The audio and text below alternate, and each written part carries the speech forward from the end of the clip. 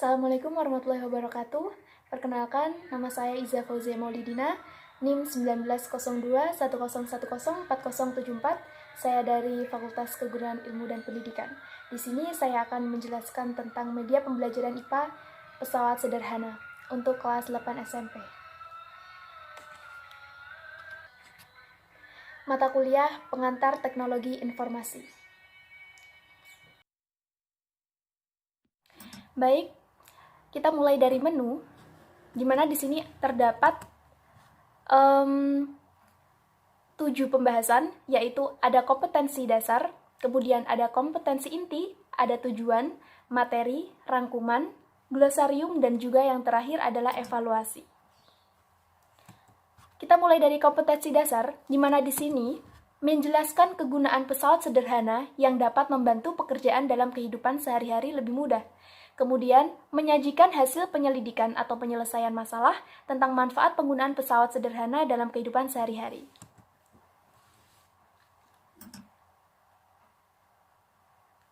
Kemudian, kita masuk ke kompetensi inti. Di sini,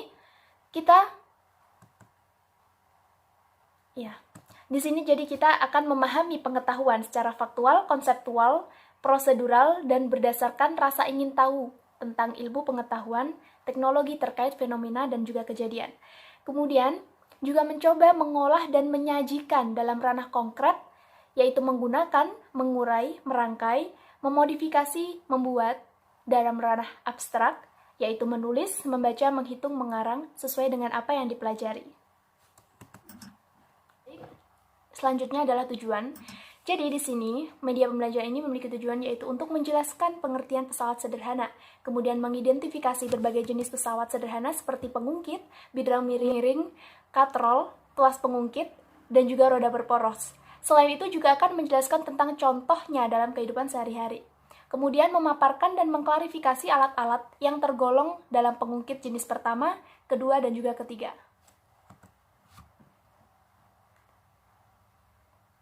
Lalu kita akan membahas tentang materi.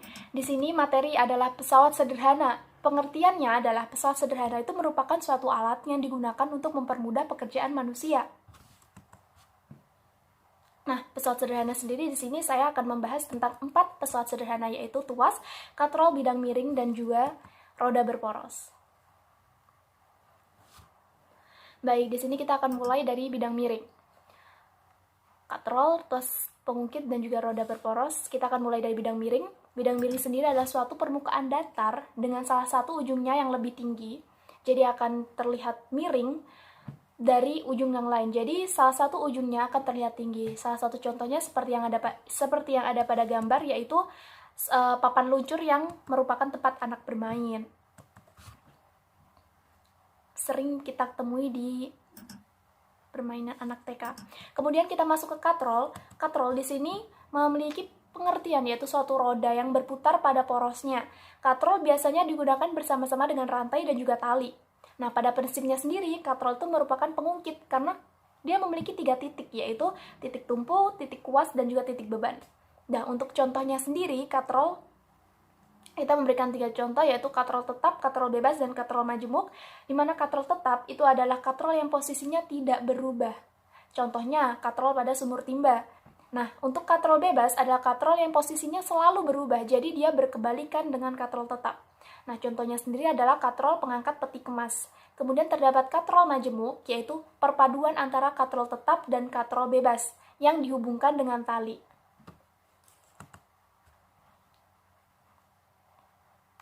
Lalu setelah katrol kita akan lanjut ke ini sebelumnya kita akan membahas tentang katrol tetap. Di sini jadi kita diperlihatkan tentang contoh-contoh katrol tetap, katrol bebas, dan katrol majemuk. Katrol yang posisinya tidak berubah karena dipasang pada tempat tertentu, katrol tetap. Kemudian terdapat katrol bebas, yaitu katrol yang posisinya selalu berubah karena tidak ditempatkan di tempat tertentu. Dan katrol majemuk yang penggabungan dari kedua katrol tersebut.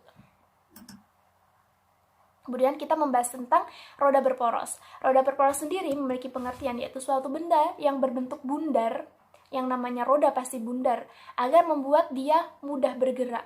Nah, penggunaan roda saat memindahkan benda itu sangat mengurangi gaya gesekan. Roda itu digunakan pada gerobak seperti di bawah gerobak terdapat roda untuk mempermudah pekerjaan. Kemudian sepeda, kemudian juga mobil, kendaraan-kendaraan banyak sekali yang menggunakan roda berporos. Nah, roda juga digunakan pada dasar berbagai benda agar mudah dia digeser-geser, semisal pada kursi, pada lemari es, dan lain-lain. Bisa kita lihat di situ bentuk-bentuk dari roda berporos.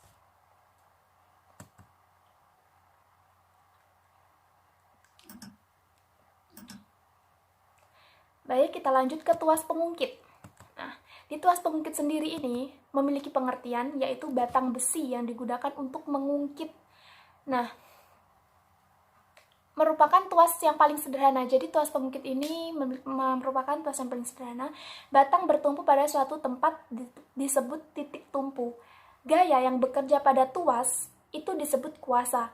Tempat kuasa itu dilakukan disebut titik kuasa. Dan berat benda itu disebut beban. Jadi gaya yang bekerja pada tuas itu disebut kuasa, kemudian tempat kuasa dilakukan itu disebut titik kuasa, kemudian berat benda disebut beban. Jadi tuas digolongkan menjadi 3, yaitu golongan pertama, golongan kedua, dan golongan ketiga. Pada golongan pertama, pada tuas pertama, posisi titik tumpu berada di antara beban dan kuasa. Nah, contoh dalam kehidupan sehari-hari yaitu jungkat-jungkit, gunting, palu, tang, pemotong kuku. Kemudian terdapat golongan kedua pada tuas. Golongan kedua ini posisi beban itu di antara posisi kuasa dan titik tumpu. Jadi beban terdapat di tengah-tengah. Nah, untuk contoh dalam kehidupan sehari-hari ini seperti pisau, pemotong kertas, dan lain-lain. Kemudian untuk yang golongan ketiga pada tuas golongan ketiga ini posisi kuasa berada di antara titik tumpu dan juga titik beban. Nah, contoh dalam kehidupan sehari-hari yaitu pinset dan juga penjepit roti. Berikut adalah contoh-contoh dari golongan pertama, golongan kedua, dan juga golongan ketiga. Lalu kita akan melihat, nah, seperti inilah bidang miring. Di sini ada contoh dari bidang miring. Dan juga ada katrol. Kemudian terdapat tuas pengungkit. Lalu juga ada roda berporos. Baik, seperti itu materinya. Kemudian kita akan masuk ke dalam rangkuman. Nah, di sini terdapat, kita bisa merangkumkan bahwa pesawat sederhana itu adalah suatu alat yang penting dalam kehidupan sehari-hari dengan tujuan melipat gandakan gaya atau kemampuan, mengubah arah gaya, besar kecepatan ketika menempuh jarak yang lebih jauh. Jadi pesawat sederhana ini bisa dibuat untuk meringankan kehidupan sehari-hari kita, mempermudah. Kemudian jenis pesawat sederhana itu ada 4, yaitu bidang miring, katrol, tuas pengungkit, dan juga roda berporos. Kemudian alat-alat yang tergolong pengungkit jenis pertama, kedua, dan ketiga dalam kehidupan sehari-hari adalah tang, jungkat-jungkit, gunting, terus kemudian rajab, dan juga pembuka tutup botol. Kemudian juga ada gerobak dorong, pinset, dan juga staples. Kemudian lanjut kita akan masuk ke glosarium. Jadi di sini terdapat baji. Nah, baji sendiri itu adalah sebuah benda mirip kapa yang digunakan untuk membelah kayu atau batu. Kemudian terdapat pesawat, yaitu alat untuk memudahkan pekerjaan. Nah, pesawat sederhana itu adalah alat-alat yang dapat memudahkan manusia dalam melakukan aktivitas. Pesawat yang bekerja dalam suatu gerakan tunggal. Jadi, kemudian terdapat bidang miring. Bidang miring itu adalah suatu bidang datar yang diletakkan secara miring atau membentuk sudut tertentu sehingga dapat memudahkan gerak benda. Baik, selanjutnya kita akan masuk ke dalam evaluasi. Nah, jadi di evaluasi ini kita melihat ada seorang anak sedang mengungkit batu seperti terlihat pada gambar. Nah, di situ terdapat besar kuasa ditanyakan besar kuasa yang diperlukan anak untuk dapat mengungkit batu adalah sebesar. Jadi di situ kita diketahui adalah W. W-nya terdapat 360 Newton, kemudian ada LK 180 cm, LB 20 cm, dan yang ditanyakan adalah besar kuasa yang diperlukan anak untuk mengungkit batu atau F. Nah, di sini jadi kita menggunakan rumus W per F sama dengan LK per LB. Jadi di situ kita masukkan 360 N per F sama dengan 180 cm per 20 cm. Kemudian 180 F sama dengan 7.200 Newton per 180. Jadi di situ kita dapat ketemui F sama dengan 40 Newton. 40 Newton terdapat dari 7.200 dibagi 180 jadi dikali 180.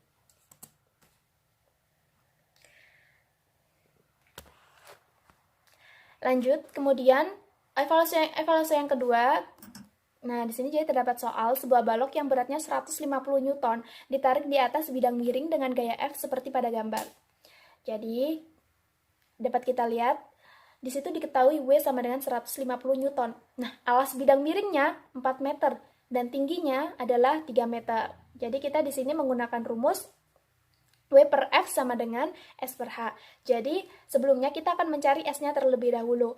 Nah, di situ kita menggunakan akar 4 kuadrat ditambah 3 kuadrat. Jadi kita menggunakan rumus Pitagoras dan didapatkan S-nya adalah 5 meter. Kemudian kita masukkan ke dalam rumus W per F sama dengan S per H. Jadi 150 per F sama dengan 5 per 3. Kemudian didapatkan F sama dengan 90. Itu dari 150 dikali 3 sama dengan 450 dibagi 3. Jadi hasilnya 90. Jadi besar gaya F sebesar 90 Newton.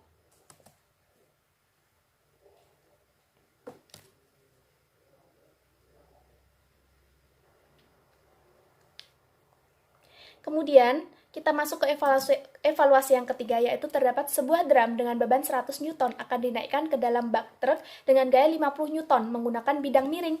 Besar keuntungan mekanik yang didapatkan adalah ada 1, 2, 4, 5. Pembahasan di sini diketahui W sama dengan 100 Newton, F sama dengan 50 Newton, dan untuk mencari keuntungan mekanik, kita menggunakan rumus W sama dengan W per F. W per F.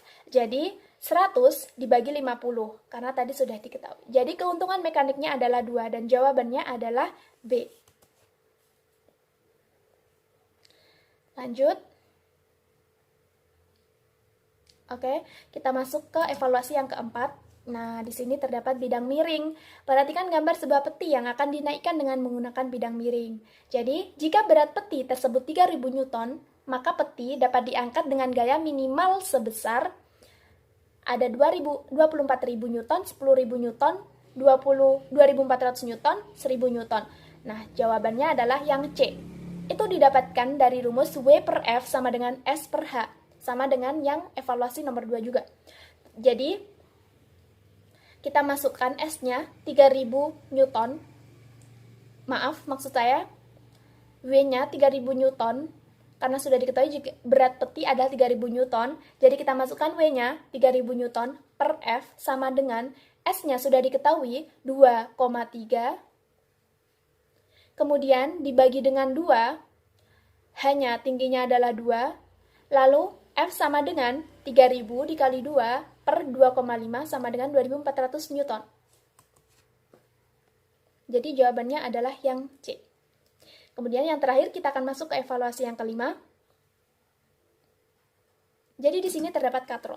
Sebuah beban seberat 40 Newton ditarik ke atas dengan katrol tetap seperti pada gambar.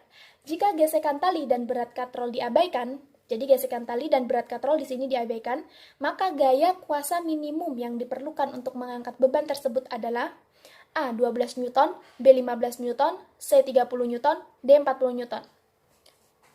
Di sini kita akan di sini kita akan menggunakan rumus F sama dengan W. Untuk mencari gaya kuasa minimum 40 Newton.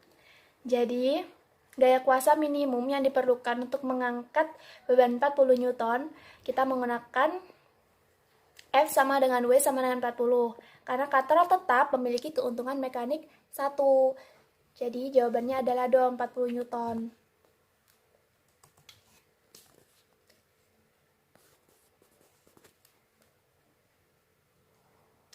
Oke, selesai. Jadi di sini kita telah membahas kompetensi dasar, kompetensi inti, tujuan, kemudian materi, rangkuman, glosarium, dan yang terakhir tadi sudah kita membahas evaluasi. Oke. Ya. Terima kasih.